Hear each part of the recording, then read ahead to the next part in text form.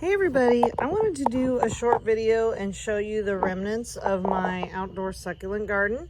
So as you know, I do one of these every year and I have videos of how I did them in the past if you want to go back and look at my videos. But anyway, the only things that I left outside and did not dig up and take to the greenhouse were this yucca and then a couple different patches of sedum. So got some sedum lime zinger that made it.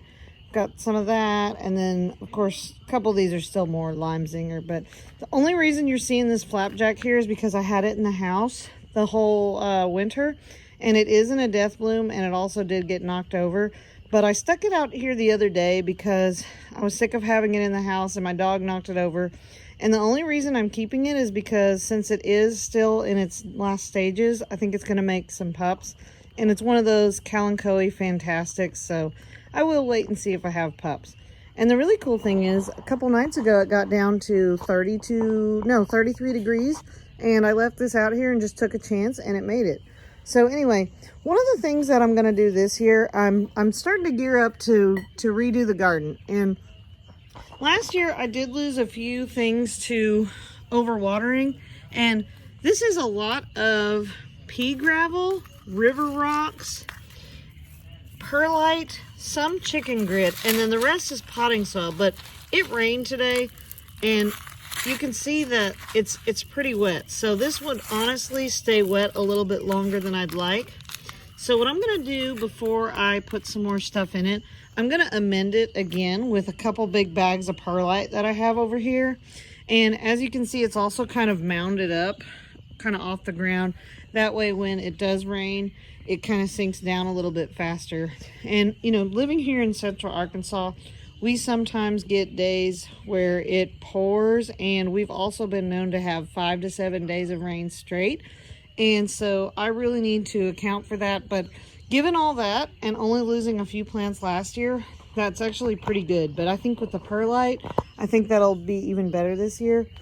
It's a little bit later in the evening, so I can't really show you, but in the afternoon, this is the part that still gets more sun, and this part gets more shade. And so what I'm going to do is try to put more sun-tolerant things like cacti over here, and then kind of more of my things that I don't want to get sunburned over here. And I did that last year, so like some of the sensitive echeverries and stuff.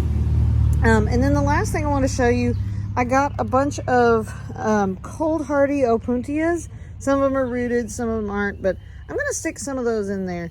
And I had one in here last year. I had one right there. It did not make it, but we also had a really bizarre winter. We had over, well, they say on the news it was over 10 inches of snow, but in some places it measured over 18 inches, and we've never had anything like that. And maybe I'll stick in some pictures if I can, but it was crazy, and we've never had any kind of thing like that down here, but hopefully we never do again.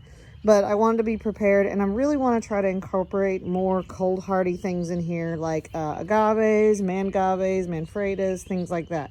Yucca's doing good, and of course sedum. So I did buy a couple different trays and pots of sedum that I'll stick in there, and I'm going to do this kind of in just a series of videos like I did before. So this is just series number 1, and just want to show you what we're starting with, which is not very pretty. But anyway, thank you guys so much for watching. I hope you will subscribe to my channel and like my videos, and please ignore my dogs. Y'all have a great day. Bye bye.